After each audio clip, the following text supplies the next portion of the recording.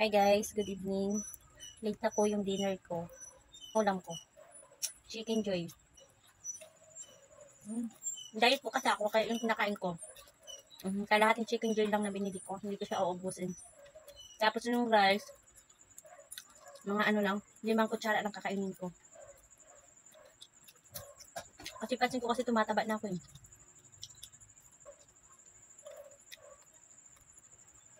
Kain po pala tayo nyo. Sarap.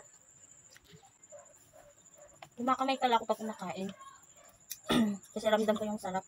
Pero depende naman guys sa ulam. Pag halimbawa may sabaw, hindi na ako nagkukutsara. Pero pag mga like na ano yung ulam na hindi siya masabaw, tulad ng chicken joy, nagkakamay talaga ako.